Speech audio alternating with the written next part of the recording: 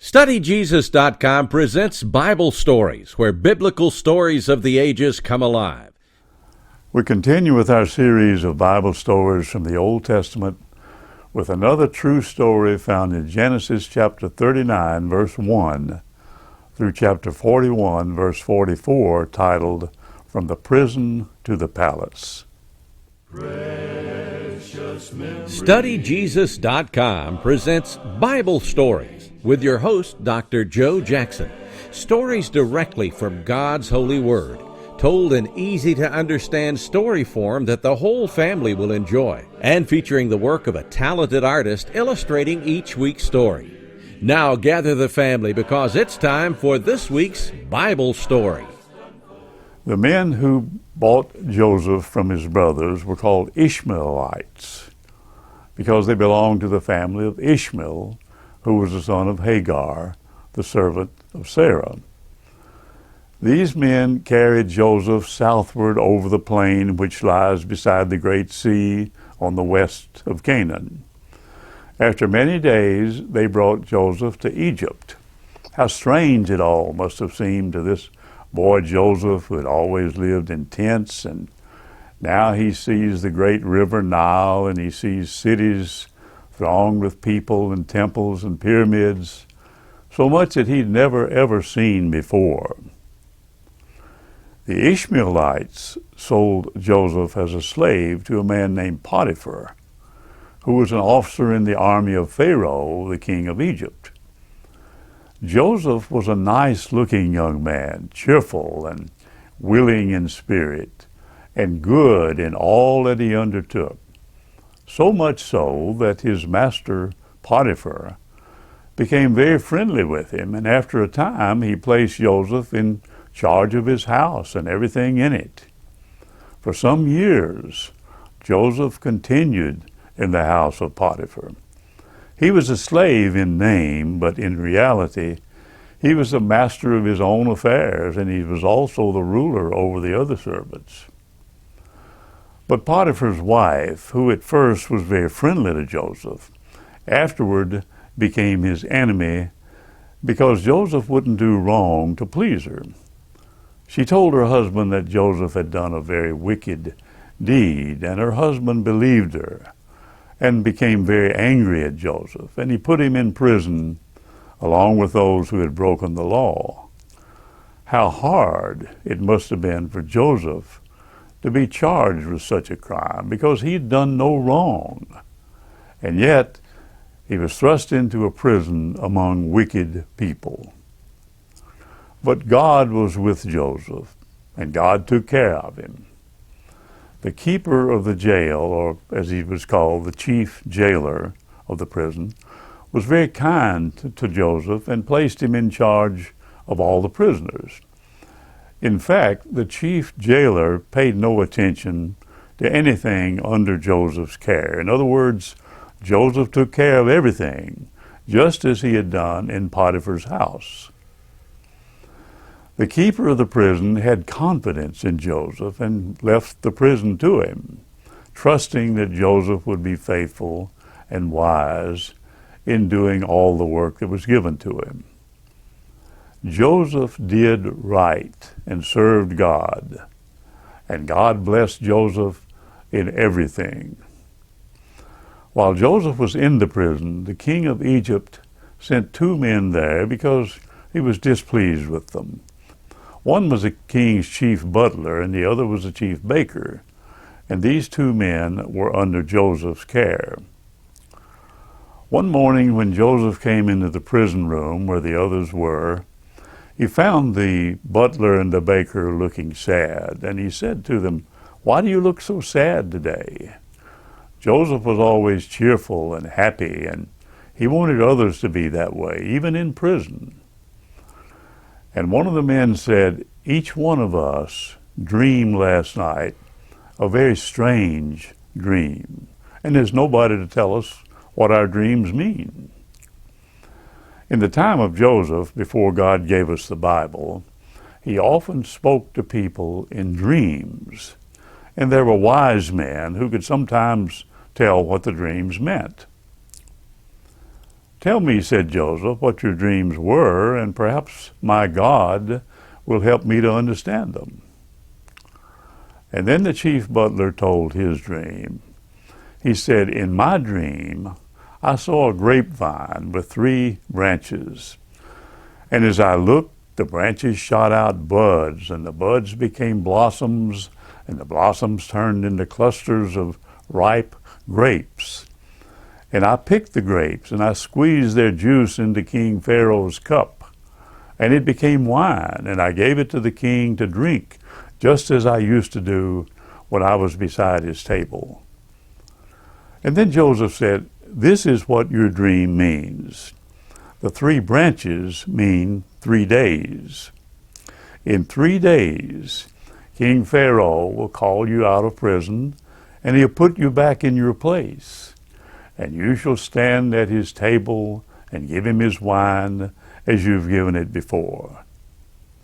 But when you go out of prison, please remember me, and try to find some way to get me out also. For I was stolen out of the land of Canaan and sold as a slave, and I've done nothing at all to deserve being put in this prison. Please do speak to the king for me, that I may be set free." Of course, the chief butler felt very happy to hear that his dream had such a pleasant meaning, and then the chief baker spoke, hoping to have an answer as good for his dream. "In my dream," said the baker, "there were 3 baskets of baked goods on my head, stacked one above the other, and in the topmost basket were all kinds of baked foods for Pharaoh. And the birds came, and they ate the food on my head." And then Joseph said to the baker, "This is the meaning of your dream, and I'm sorry to tell it to you. The 3 baskets are 3 days. In 3 days, by order of the king, you shall be lifted up and hanged upon a tree, and the birds shall eat your flesh from your bones as you are hanging up in the air." And it came to pass, just as Joseph had said. 3 days after that, King Pharaoh sent his officers to the prison, and they came and took out both the butler and the baker. The baker was hanged by his neck to die, and his body was left for the birds to pick in pieces. The chief butler was taken back to his old place, where he waited again at the king's table and handed him wine to drink. You would think that the butler would remember Joseph. After all, it was Joseph who'd given him the promise of freedom and had shown great wisdom in interpreting his dream. But in his gladness, the butler forgot all about Joseph. 2 full years passed, and Joseph was still in prison. Now he was a man of 30 years old. But one night, King Pharaoh himself dreamed a dream. In fact, 2 dreams in one. And in the morning he sent for all of the wise men to come and tell him what his dreams meant. And he told them his dreams, but no one knew the meaning of them. And the king was very troubled because he felt the dreams were important and they had meanings that he should know. And then suddenly the king's chief butler remembered his own dream in the prison 2 years earlier, and he remembered also the young man who had told its meaning. And he said to the king, "I do remember my faults this day. 2 years ago, King Pharaoh was angry with his servants, with me and the chief baker, and he sent us to the prison. And while we were in the prison, one night each of us dreamed a dream. And the next day a young man in the prison, a Hebrew from the land of Canaan, told us what our dreams meant. And in 3 days they came true, just as the Hebrew had said. I think that if this young man is still in the prison, he could tell the king the meaning of his dreams. Notice that the butler spoke of Joseph as a Hebrew. The people of Israel to whom Joseph belonged were called Hebrews as well as Israelites. The word Hebrew means one who crossed over, and this name was given to the Israelites because their father Abraham had come from a land on the other side of the river Euphrates and had crossed over the river on his way to Canaan. King Pharaoh quickly sent for Joseph, and he was taken out of prison and dressed in new garments and led to Pharaoh. And then Pharaoh said to Joseph, "I've dreamed a dream, and there's no one who can tell me what it means. And I've been told that you have power to understand dreams and what they mean." And Joseph answered Pharaoh, "The power is not in me, but rather in God, who will give a good answer.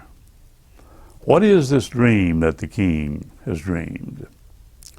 "In my first dream," said Pharaoh, "I was standing by the river, and I saw 7 fat and handsome cows come up from the river to feed in the grass. And while they were feeding, 7 other cows followed them up from the river, and these were very thin and poor and lean cows, such miserable creatures as I had never seen. And the 7 lean cows ate up the 7 fat cows, and after they'd eaten them, they were still as lean and miserable as before. And then I awoke, and I fell asleep again, and dreamed again. And in my second dream, I saw 7 heads of grain growing on one stalk, large and strong and good. And then 7 thin and poor and withered heads came up after them. And the 7 thin heads swallowed up the 7 good heads, and afterwards were as poor and withered as they were before. And I told these 2 dreams to all the wise men, and there was not one who could tell me their meaning. Can you tell me what these dreams mean?" And Joseph said to the king, "The 2 dreams have the same meaning. God has been showing to King Pharaoh what he will do in this land. The 7 good cows mean 7 years, and the 7 good heads of grain mean the same 7 years. The 7 lean cows and the 7 thin heads of grain also mean 7 years. The good cows and the good grain mean 7 years of plenty, and the 7 thin cows and thin heads of grain mean 7 poor years. Coming upon the land of Egypt are 7 years of such plenty as have never been seen, when the field shall bring greater crops than ever before. And after those years shall come 7 years when the field shall bring no crops at all. And then for 7 years there will be such need that the years of plenty will be forgotten, for the people will have nothing to eat. Now let King Pharaoh find some man who is able and wise, and let him set this man to rule over the land. And during the 7 years of plenty, let a part of the crops be put away for the years of need.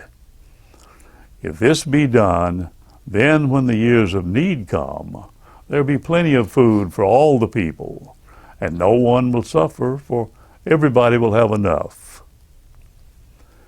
And King Pharaoh said to Joseph, "Since God has shown you all this, there's no other man as wise as you. I will appoint you to do this work and to rule over the land of Egypt. All the people shall be under you. Only on the throne of Egypt, only I will be above you." And Pharaoh took from his own hand the ring which held his seal, and he put it on Joseph's hand, so that he could sign for the king and seal in the king's place. And he dressed Joseph in robes of fine linen, and he put around his neck a gold chain. And he made Joseph ride in a chariot which was next in rank only to his own. And they cried out before Joseph, "Bow the knee." And thus Joseph was made ruler over all the land of Egypt. So the slave boy, who was sent to prison without deserving it, came out of prison to be a prince and a master over all the land.